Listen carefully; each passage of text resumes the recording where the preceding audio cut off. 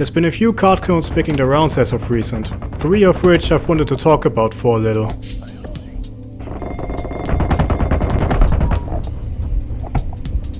Those being Boundary, Combat Master and XDefiant. The first one, Boundary, is a space shooter developed by Chinese independent developer Surgical Scalpel, who has been working on this project for over half a decade now and somehow only now just ended up being in early access. Because of its setting, you're a lot more exposed to enemy gunfire from multiple angles, which takes some time getting used to.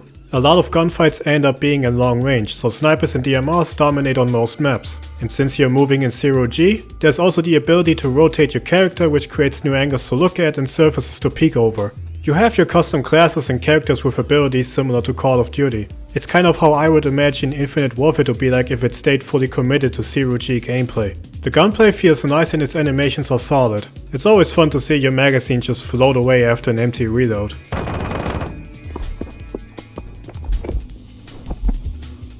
Despite its 0G setting, however, its content variety is pretty little. There's not that many interesting game modes available. You got your usual TDM, Domination, an Elimination style game mode, maybe that one Sabotage mode where you need to carry a bomb and detonate it is kinda unique, but other than that, it's stuff you've seen plenty of times before. It can be fun for the people who always wanted something like this, but for me the novelty has already worn off. Since it's still in early access, there's of course content planned to be added, however it's unknown what it's gonna be. I don't think spending $20 on this title is worth the money unless you really wanted something like this. It's been over 10 years since Shattered Horizon released, so I'm glad that there's at least something that tries to fill that niche. I hope the developers get the proper funding and support to build better and bigger things with it in the future. However, in the state it's currently in, I can't really say that it got me hooked.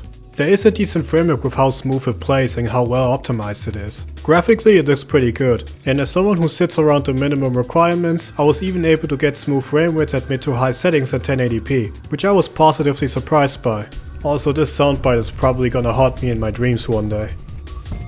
Alert targeted by bandit radar. Alert targeted by bandit radar. Locked by bandit FCS. Locked by bandit FCS. Locked by bandit FCS. Locked by bandit FCS. Locked by bandit FCS. By bandit FCS. Combat Master is a lot more grounded in what it sets out to do. It's a straight Modern Warfare 2019 copycat in its presentation, menus, microtransaction bundles, and the way it just takes MW's movement and puts it on steroids. There's little limitations in terms of jump shotting, sliding, and the wide ranges you can jump to. It's incredibly hectic with its super small maps that even make 3 vs 3 encounters feel like a ground war match. And also the spawns are terrible.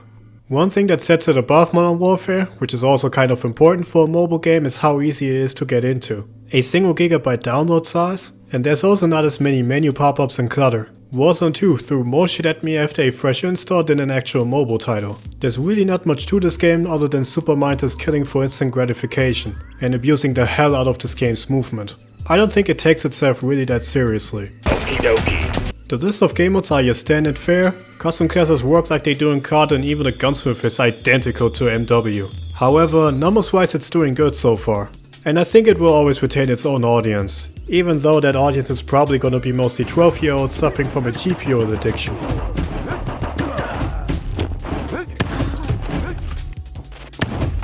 From what it seems, XDefiant is the most promising out of them all. A card clone taking inspiration from the old school pre-Modern Warfare reboot era.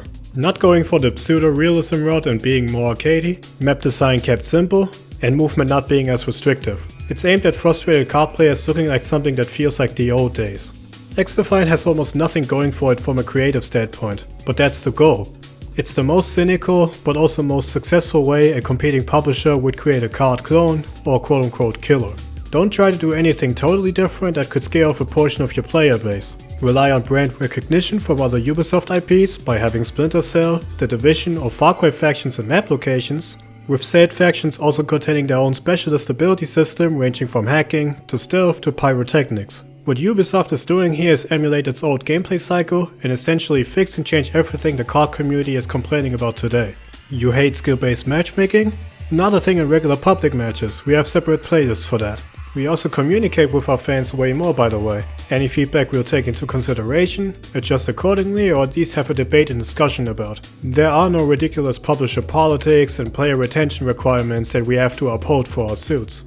Technically it has all the ingredients to work as a long-standing alternative. The only things it needs to work out apparently is its netcode. and how it's gonna handle post-launch content, or at least make it interesting enough for a fanbase to remain. XDefiant so far has the benefit that they only have to focus on one singular experience. Meanwhile, MW2 and Warzone 2 suffers from the issue where it tries to do everything all at once. An arena-style PvP shooter, a player vs AI experience, a PvP Battle Royale experience, and its side mode DMC. It's a lot of stuff the developers have to work with, and rarely is everyone happy at the same time. However, how much does any of this actually matter? No matter how terrible things turn out, Call of Duty will always turn out fine in the end. Even with the back and forth within the Microsoft acquisition, tons of bugs and glitches, gargantuan install sizes, bloated menus and long loading times, skin bundles being reused, competitive events being completely cancelled due to server instability, and another Modern Warfare entry coming this year which is developed by no one else than the guys who gave us Vanguard. They're about to sell gun sound bundles now, which is crazy. They are supposed to make your weapon sound similar to how they did in the original MW2. I don't know if I should call it desperation or next level finessing, because you have to know how dumb your audience really is in order to sell some shit like this and get away with it.